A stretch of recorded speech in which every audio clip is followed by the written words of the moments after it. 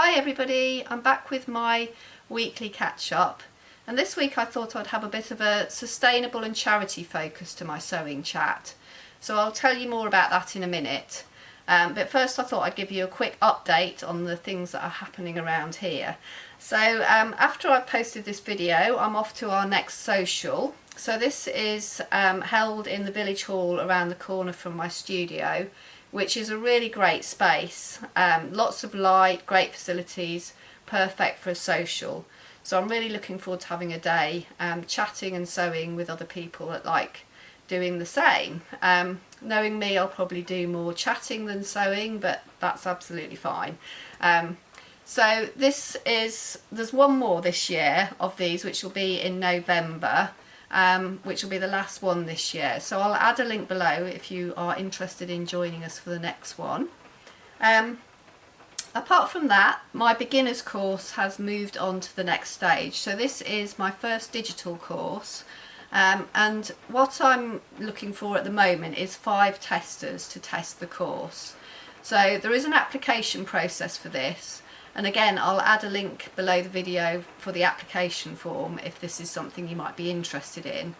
The beginner's course basically covers all of the basic information. You don't need to have any knowledge whatsoever to take this course. It's really starting from absolute scratch, and I take you through everything in enough detail to really get to grips with each of the elements of sewing that you'd need for any project. And at the end of the course there are 6 projects with all the patterns included in the course for you to have a go and test your skills, which I think is the best way to learn. So like I said, the testing process is open. There's a very short window now. It actually closes on Tuesday if you are interested in applying to be a tester.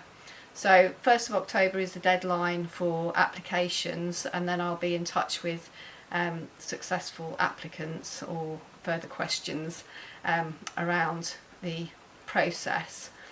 So other than that, I have had lots of single sessions going up on the timetable. So these are basically sessions that are available within courses when people are away on holiday or can give me some notice for time when they won't be there. I've opened these up as sessions for other people to come and join the classes. So they've proved quite popular. They're an ideal opportunity if you don't want to have a whole course, you just want to drop in. It's very similar to the Saturday sessions, but there's a lot fewer of the Saturday morning sessions now because there are other kind of things on the timetable filling those slots. So these kind of are peppered around the timetable on a Wednesday or Thursday morning, Wednesday or Thursday evening, or a Saturday afternoon are the timetabled classes, and each week I update the timetable with any available spaces. So there might be no space this week, but next week there may well be space, so it's really worth checking back. And like I said, they're great if you just want to dip in and out. Some people like to do lots of sewing but get stuck on a project and then come and get unstuck. Some people, you know, like to start work on something in the class and then carry on at home and then come back when they get stuck. Or lots of different reasons, or just one element of a project that you might want to just figure out in class. Or you might just fancy a social sewing session with lots of other lovely ladies, because they all are very lovely. So it's a lovely environment to be in. So that's what's happening in Bobbins and Buttons world. And like I said, the reason I decided to focus on sustainability and charity this week is because I visited the Good Clothes show last Sunday. I wasn't really sure what to expect. I remember years and years ago the very first clothes show, and this was when I was actually a student, and I was on the stand representing our college and our course along with my fellow classmates. And then I remember the other end when the clothes show came to an end, and I had a small business with some others where we had our own clothing brand for a while. And we went there to sell our clothing, and I think that was the very last one. So there was this whole clothes show that went on for years and years and years, but now this is the good clothes show. So this has got the sustainable focus, circularity of fashion. So there was upcycled clothing, there was clothing swaps, there was vintage clothing, there was lots of sewing workshops as well. So there was a whole array of ideas, and it was just really inspiring actually. It was a really great day, and like I said, it exceeded my expectations, so I'd highly recommend going there next year. I assume it's going to be next year when the next one's on. Most of the traders that I spoke to said there was going to be another one. So I met lots and lots of people and had a really good time, and I'm going to tell you a bit more about that and some ideas for sewing for charities, and also ideas around sewing if you feel like you've got enough clothes, where would you go after you've made clothes but you really like sewing. But what I'm going to do is I'm going to move on to the YouTube now and carry on this discussion over there. One of the things I really loved about the Good Clothes Show was talking to the traders. It was really inspiring to see their passion and creativity and their knowledge. It just felt the polar opposite to the fast fashion high street, where everything looks the same in these sort of clinical looking personalityless shops. Everybody had a story and had ideas and creativity at the Good Clothes Show, and this was all under one roof for us to visit over that weekend. There was lots of other things going on there as well. There was sewing workshops, clothing swaps, there was catwalk shows, there was guest speakers on the stage. So there was a lot of things to see, so I definitely thought it was a really good event, and I'll definitely be going back next time it's on. So I do have to just tell you my highlight of the event. When I'd initially looked at the listings of what was on, I could see my favourite podcaster, Claire Press from the Wardrobe Crisis, was speaking on Saturday on the stage. So I felt a bit disappointed because I knew I couldn't go on the Saturday because I work all day on Saturday. But I thought, I definitely want to go anyway. But I hadn't planned to stay all day on Sunday because I've got loads of things to do. So, but we were having such a good time that we decided to go and get some lunch and just stay a little bit longer. And when we got to the cafe at the event, Claire Press was standing in front of me in the queue. She was also with Carrie Summers, who is another legend in sustainability, and Patrick Duffy as well. But I felt like this was too good an opportunity to miss, so I just tapped her on the shoulder and said hello, and we ended up actually having a really nice conversation for quite a bit of time. So that was really the icing on the cake for the event for me. So this all made me think about a question that sometimes comes up in sewing classes, which is, what shall I make when I've made everything I want to wear but I still want to keep on sewing? Or if you add another layer of sustainability to that, I've made everything that I need at the moment, I don't want to make any more clothing. So I think this is a really great question, and you might say, particularly as a non-sewer, you might just say, well, just stop sewing. But actually, it's not always the end result, it's not the thing that you're sewing that sewing's necessarily about. Sewing is about the process, it can be about the me time, it can be about the creative space, and it's not necessarily just about the end result. So it's kind of personally therapeutic, I guess, to keep on doing your hobby. I mean, whatever your hobby is, you don't just suddenly stop when you've made something. But then from the point of view of having enough, you don't want to make things that are just making things for the sake of it. So it just made me think about, what is the answer to this? And I'd love to know your thoughts if you've got answers to this. But a few of the ideas I thought I'd just share with you now. So one of the ideas that I like is to sew for charity, So I'm just going to talk about 3 charities very briefly here that I think are all a great idea. So the first is Moore's Bags, and this goes back to the Good Clothes Show again, because they were at the Good Clothes Show and I planned to go and see them, and I'd actually been given the heads up by somebody from Moore's Bags that my bag that I'd entered into a competition many years ago for Moore's Bags was going to be used as the image on the promotional material for Moore's Bags, so that was quite flattering. So I decided actually to dig out the bag and take it with me, and Claire Mooresman, who started Moore's Bags and is Moore's Bags, actually spotted it while I was walking along on the way to their stand, so we got in a conversation before I even got there. But I thought I'd just show you this because it's a bit of fun. I can't remember exactly what the competition was all about, but it was something, I think Patrick Grant was visiting the Moore's Bags stand at another fair, and there was a competition.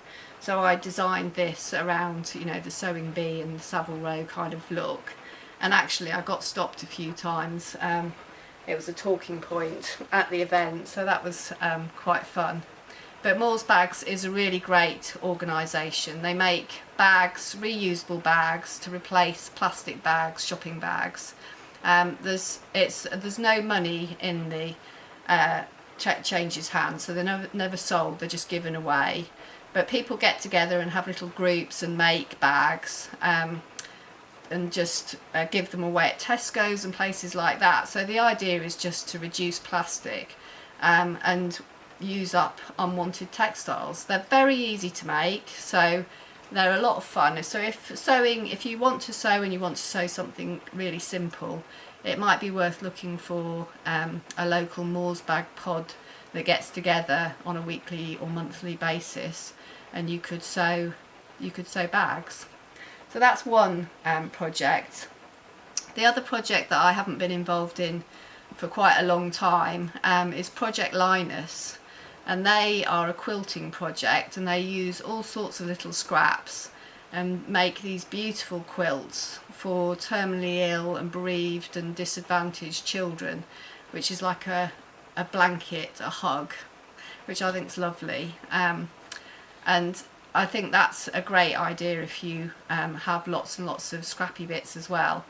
I don't know whether there's get-togethers for that one, but certainly it's something that you could look into if you wanted to do something for charity. And the other one I've just been contacted by, which is Abigail's Footsteps, and this is a charity that makes cotton quilt liners for stillborn children, so that to go in these kind of cold cots, so that it preserves the baby, so that the parents can have a bit more time with the child at a really difficult time. And they've actually contacted me. They're looking for volunteers at the moment to make these quilt liners. So again, I'm going to add a link below, so if you're interested in that, all of those are very worthy reasons to do sewing. So one of my other ideas comes from my sewing classes. So Mandy, who comes regularly to my sewing classes, did a kind of skill swap with her neighbour, and I quite like this idea. He did some gardening work that she didn't feel able to do, and he wanted some cushion covers making for some bespoke cushion pads that he has. So they did a kind of skill swap, so they both get the best of both worlds, and Mandy's making things and learning new skills in class for something that she's getting her swap for with the gardening. So I quite like that idea, and I think that could work. I think it can be a little bit dangerous when people expect things and don't know what to charge for it, and that can get into a whole realm of difficulty. But if you can do a swap for a swap, I think that can work quite nicely. My other idea is based around the sort of seasonal changeover of your wardrobe. For me, at the end of the season, I tend to put away all the clothes that I'm not likely to wear through the winter. So for now I'm about to put away all my summer clothes, and I'll pull out all my autumn and wintry clothes that I'll wear for the next few months. And at that time I try to have a big sort out, so I'll only put things away that I really love and I'm definitely going to be wearing again, or I think I'm definitely going to be wearing again. And then I'll kind of make kind of heaps of the other things into different categories. So there'll be things that I'm just probably never going to wear again, and maybe they need to go to a charity shop or be repurposed, depending on what they are, be repurposed in a simple way. And then there might be a pile of clothing that is okay, it just needs repairing, or slightly tweaking in some small way. And then there might be another pile of clothing that's I love the fabric, or I love something about it, but for some reason I'm just not wearing it. So I think these are quite good sort of challenges, creative challenges. So the repairs are an easy quick fix, and it's always a win-win to repair something, put it back into your wardrobe and start wearing it again. That's quite an easy quick fix. But the things that you've slightly fallen out of love with, but you can't quite put your finger on what's wrong with it, they often take a bit more creativity to sort of sort out. So those can become sewing projects, and in classes I love those kind of challenges. And in fact today I've invited people to come and talk through those kind of ideas as an informal little workshop at the social. So I definitely think that can become a source for your sewing. So it means you don't necessarily have to go out and buy lots of new expensive fabrics. So there's always different ideas, and I feel like there's always a way to keep sewing that doesn't necessarily mean that you're going to need to buy lots of things or keep adding to your wardrobe if you don't need it. I feel like there's a whole lot more I can say about the wardrobe sorting, but I feel like we may need to leave that to another time. But I'd love to hear your thoughts and how you feel about sewing, and do you get to a point where you think I've made everything I need but I still want to keep sewing, or do you feel like your sewing is kind of slow enough to keep you sewing and just keep on building your wardrobe at a very steady pace that kind of works for your lifestyle? Please leave some answers, I'd love to hear from you. So that's all for this week, and hopefully I'll see you next week.